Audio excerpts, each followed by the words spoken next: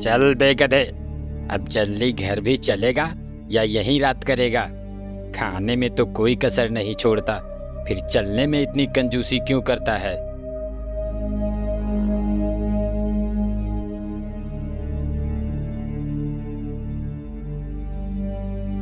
आह, आह, मर गया रे। इस धोबी ने तो कपड़े लाद लाद कर मेरा कचूमर निकाल दिया है। हे भगवान, मुझे इस धोबी से बचाओ। मुझे इस धोबी से बचा लो भगवान। इस तरह से गधा जब भी बोझा लाद कर आता तो कराहते हुए भगवान को याद करता। एक दिन ले खा खा खा के तो गैंडा हो गया है, लेकिन काम करने में तेरी नानी मरने लगती है। फटाफट खा ले और चल, कपड़े लेने जाना है।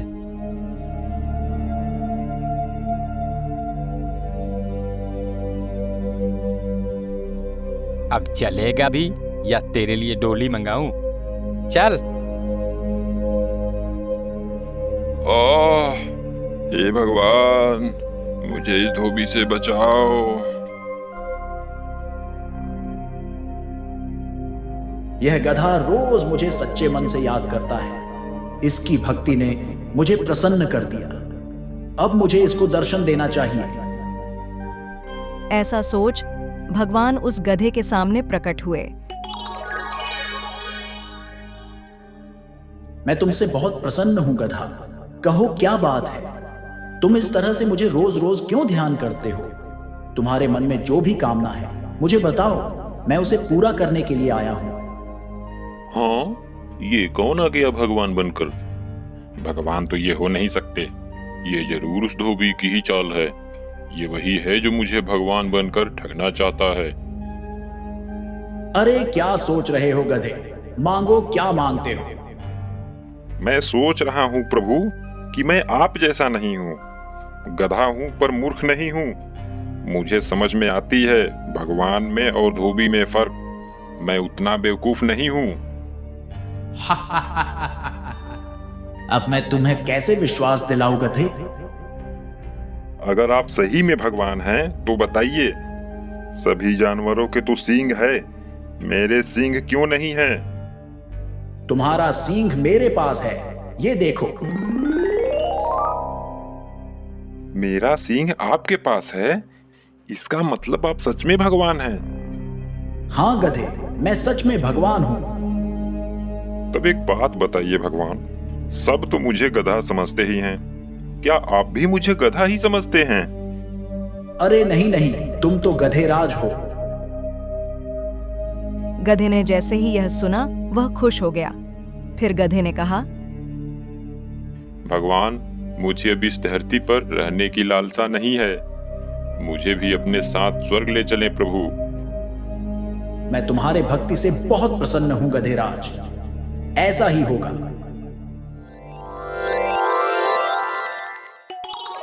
गधा भी भगवान के साथ स्वर्ग चला गया। भगवान, आपने तो मुझे सच के स्वर्ग में ला दिए। अब तो मैं यहाँ खूब मजे से रहूंगा। हाँ गधेराज, अब से तुम यहाँ खूब आराम से रहो। अब गधा वहां खूब मौज से रहने लगा। बागों में हरी हरी घास खाता और दिन भर घूमता रहता। एक दिन गधा घास खाते खाते इंद्रदेव के बाग में चला गया। कौन है ये गधा जो महाराज इंद्रदेव के बाग में घुसा चला आया? क्यों गधे, क्या तुम्हें नहीं पता कि ये इंद्रदेव का बाग है? यहाँ गधों का आना सख्त मना है। अरे अरे, मुझे नहीं पता था भाई। मैं यहाँ कोमल कोमल घास देखा तो चला आया खाने के लिए। आज चेतावनी देकर छोड़ रहा हूँ, फिर दोबारा यहाँ मत दिखना। चल निकल जा यहाँ से। आज तो बुरा फंसा था। वो तो अच्छा हुआ कि उसने मुझे घास खाते नहीं देखा था। कुछ दिन बीतते हैं। अब गधे को वहां बहुत अकेला सा लगने लगा था। एक दिन भगवान उसका हाल चाल जानने आए। क्यों गधेराज, दिन तो मौज से बीत रहे हैं ना? वह बहुत उदास और मायूस होकर भगवान से कहता है, भगवान, मैं यहाँ बिल्कुल अकेला हूँ। मुझे मेरे साथियों की बहुत याद आ रही है। अगर उन्हें भी आप यहाँ बुला लें तो बहुत अच्छा रहेगा भगवान। जैसी तुम्हारी इच्छा गधेराज, तुम्हारे साथियों को भी बुला लाता हूं। ऐसा बोल भगवान अंतर्ध्यान हो गए और पृथ्वी से कुछ और गधों को लेकर वहां गए। ये लो गधेराज, मैं तुम्हारे साथियों को भी ला दिया। अब इन सब के साथ तुम्हारा मन भी लगा रहेगा। अब गधा बहुत खुश हुआ। अपने साथी गधे को लेकर बागों में घास खाने चला गया। जब घास खाकर सारे गधे एक साथ जमा होते हैं तो सभी गधों ने गाना गाना शुरू किया।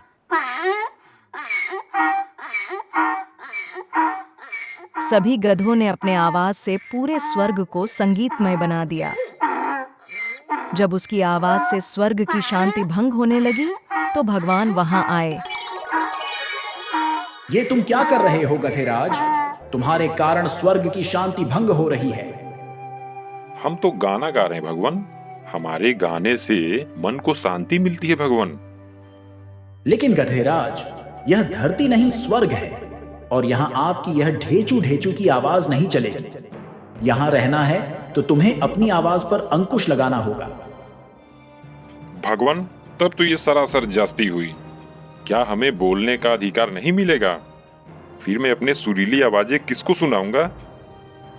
गधेराज, तुम्हारे आवाजों से हमारे ध्यानों में विघ्न पड़ रही है। ये हमारी आखिरी चेतावनी समझो और इस पर अमल करो। भगवान, अगर ऐसी बात है तो मुझे नहीं रहना है यहाँ। हमें हमारे धरती पर भेज दो। वहाँ हम लोग कम से कम आजादी से बोल तो सकते हैं। जैसी तुम्हारी इच्छा गधेराज।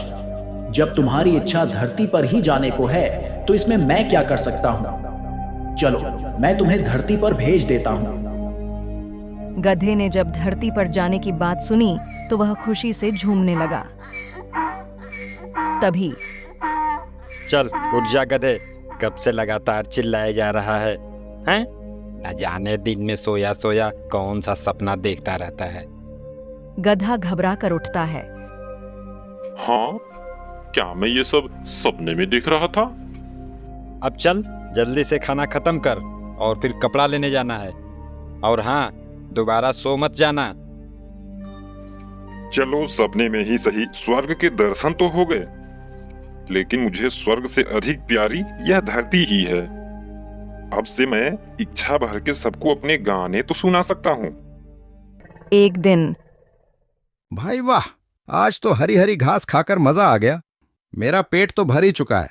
अब इस पेड़ की छांव में थोड़ा आराम कर लूं, फिर आगे चलूंगा। ऐसा सोच गधा पेड़ के नीचे बैठकर आराम करने लगा और आराम करते करते इधर उधर की उटपटांग बातें सोचने लगा। मेरे जैसा बुद्धिमान इस जंगल में कोई नहीं, तभी तो समस्या आने से पहले मैं उससे बचने का रास्ता निकालता हूं। जैसे मान लेता हूं मैं यहां बैठा हूं और जंगल में आग लग जाए तो मेरा क्या होगा? मैं तो बेमौत ही झुलस के मर जाऊंगा। तभी उसकी नजर जंगल के दूसरे छोर से उठ रहे धुएं पर पड़ी। धुआं देखकर गधा घबरा गया। अरे, यह तो सचमुच जंगल में आग लग गई। इसका मतलब अब मैं मारा जाऊंगा? नहीं नहीं, इससे पहले कि आग मुझे अपनी चपेट में ले ले, मुझे यह जंगल छोड़कर किसी सुरक्षित स्थान पर भागना चाहिए। ऐसा सोच गधा घबराकर उठा और तेजी से भागने लगा। गधे को इस तरह बेतहाशा भागते एक सियार ने उसे देखा। वह गधे को रोकते हुए पूछा, अरे क्या हुआ गधे भाई, तुम इस तरह से क्यों भागे जा रहे हो? कोई खजाना मिल गया है क्या? अरे फालतू की बातें मत करो। कोई खजाना लेकर नहीं भाग रहा मैं, अपनी जान बचाकर भाग रहा हूं। वह देखो, पीछे जंगल में आग लगी है। इतना बोल गधा फिर भागने लगा। सियार ने देखा तो उसे कुछ दूर धुआं उठता हुआ दिखाई दिया। अरे हाँ, यहाँ तो सच में आग लगी है। धुआं देखकर सियार भी घबरा गया। उसे भी डर हो गया कि कहीं वह इस आग में घिर ना जाए।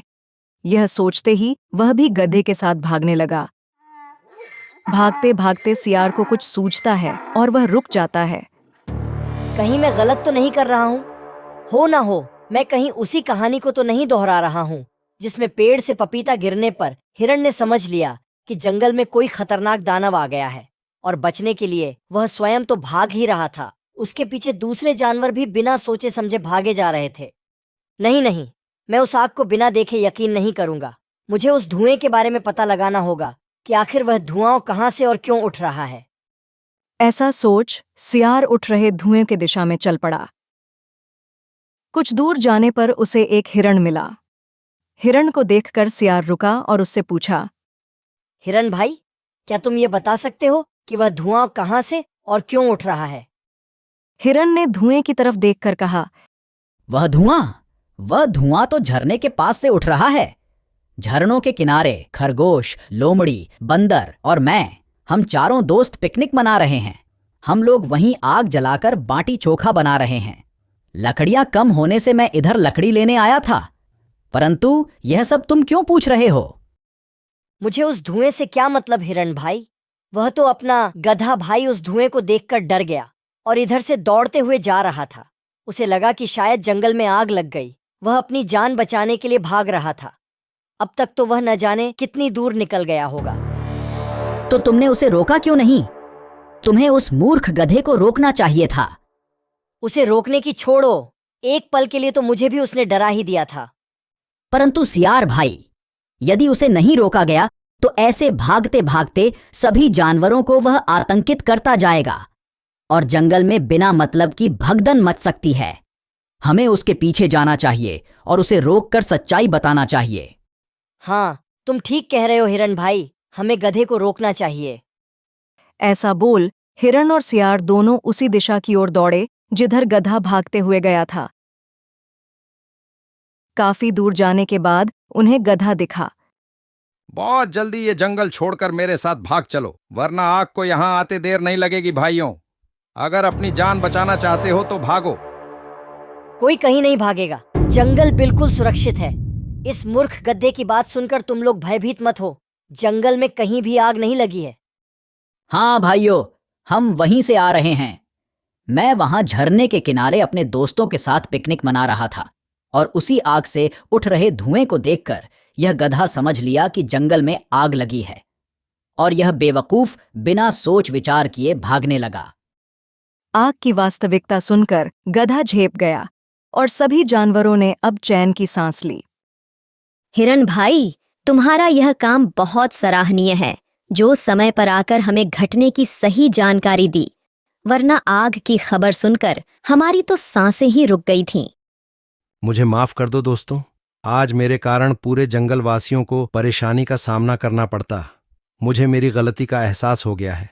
अब से मैं वादा करता हूं कि बिना सच्चाई जाने कभी भी कोई कदम नहीं उठाऊंगा।